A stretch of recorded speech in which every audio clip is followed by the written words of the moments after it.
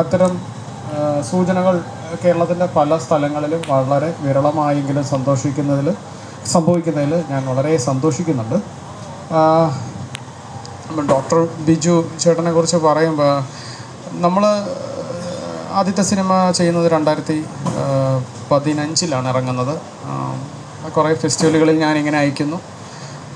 തിയേറ്ററിലൊന്നും കാര്യമായി ചലനങ്ങളൊന്നും സൃഷ്ടിക്കാത്ത സിനിമ.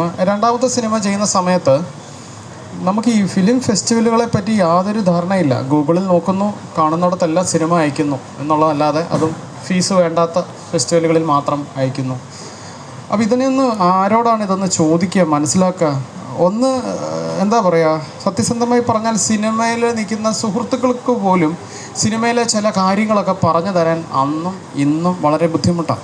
വളരെ നിസ്സാരമായ കാര്യമായിരിക്കും. അതെന്തോ വേറൊരാൾ മനസ്സിലാക്കിയാൽ എന്തോ വലിയൊരു പ്രശ്നമുണ്ട് എന്നുള്ള തലത്തിലൊക്കെയാണ് നമ്മളോട് പലരും സംസാരിക്കുന്നത്. അപ്പോൾ ഞാൻ വെറുതെ നമ്പർ സംഘടിപ്പിച്ച് വിളിച്ച ഒരു മനുഷ്യനാണ് ഡോക്ടർ ബിജു. ഞാൻ ചോദിച്ചു, ഞാൻ ഇങ്ങനെ രണ്ടാമത്തെ സിനിമ ഇങ്ങനെ ചെയ്തുകൊണ്ടിരിക്കുകയാണ്, കഴിയാറായി, ഞാൻ എന്താ ചെയ്യുക എന്ന് ചോദിച്ചപ്പോൾ വളരെ കാര്യമായി എനിക്ക് ഒരു സിനിമ എങ്ങനെ ഫിലിം ഫെസ്റ്റിവലുകളെ അപ്രോച്ച് ചെയ്യണമെന്ന് ഫോണിലൂടെ പറഞ്ഞു തന്നൊരു മനുഷ്യനാണ് അദ്ദേഹം.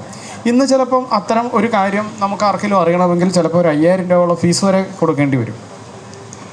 കാരണം അത്രയും വലിയൊരു ഇൻഫോർമേഷൻ പറഞ്ഞു തരുന്നു എന്നുള്ളത് വലിയ കാര്യമായിട്ട് തന്നെയാണ് എനിക്ക് തോന്നുന്നത്. ഇന്ന് എന്നോട് ആരെങ്കിലും ചോദിക്കുമ്പോഴും ഞാനത് ഓർക്കാറുണ്ട്. കാരണം നമ്മുടെ കയ്യിലിരിക്കുന്ന ഒരു ഇൻഫോർമേഷനോ വേറൊരാൾക്ക് കൊടുത്തു എന്നോർത്ത് ഒന്നും സംഭവിക്കാനില്ല. അപ്പോൾ ഈ IMDb എന്ന് പറയുന്ന ഒരു വെബ്സൈറ്റ് ഉണ്ട് സിനിമകളെ കുറിച്ചിട്ടൊക്കെയുള്ള. അപ്പോൾ ഞാൻ ഒരു സബ്മിഷൻ്റെ സമയത്ത് IMDb അക്കൗണ്ട് വേണം എന്നുള്ളത്, അതായത് 2014 ഇത് കാണുന്നത്. ഞാൻ ഇതെന്താണ് IMDb എന്ന് എനിക്കൊന്നും അറിയത്തില്ല. ഇൻ്റർനെറ്റ് ഇത്രത്തോളം നമ്മൾ ഉപയോഗിക്കുന്നില്ല.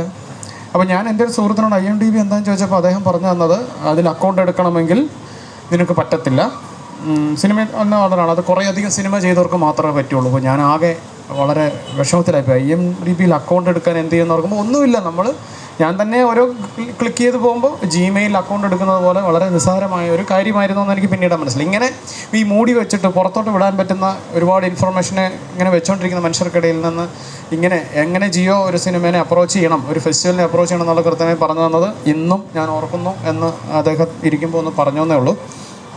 വേറെ ഒന്നും പ്രത്യേകിച്ച് അത് കൂട്ടിച്ചേർക്കാനൊന്നുമില്ല. ഇത് ഏറ്റവും ഭംഗിയായി നടക്കട്ടെ. ഇതിൻ്റെ ആളോ ബഹളമോ ആരോപത്തിനൊക്കെ അപ്പുറത്ത് നമ്മൾ ഒന്നിലധികം ആൾക്കാർ ഇരുന്ന് സിനിമ കാണുന്നു, പുസ്തകം വായിക്കുന്നു, അല്ലെങ്കിൽ എന്തെങ്കിലും സാംസ്കാരികമായി ചിന്തിക്കുന്നു, ചർച്ച ചെയ്യുന്നു ഉള്ളത് ഏറ്റവും വലിയ കാര്യം തന്നെയാണ്. അത് ഏറ്റവും ഭംഗിയായി മുമ്പോട്ട് പോട്ടെ. അതിന് മുന്നിലും പിന്നിലും അതിൻ്റെ കൂടെയൊക്കെ ചേരുന്ന ആൾക്കാരെ പ്രത്യേകമായി അഭിനന്ദിക്കുന്നു.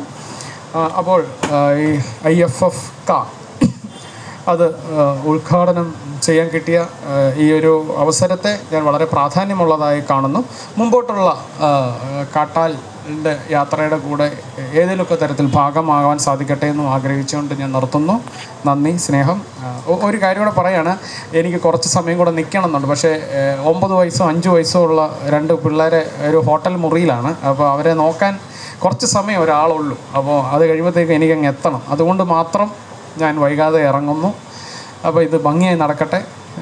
നമുക്ക് പിന്നീട് വീണ്ടും വരണമെന്ന് ആഗ്രഹിക്കുന്നു. നന്ദി.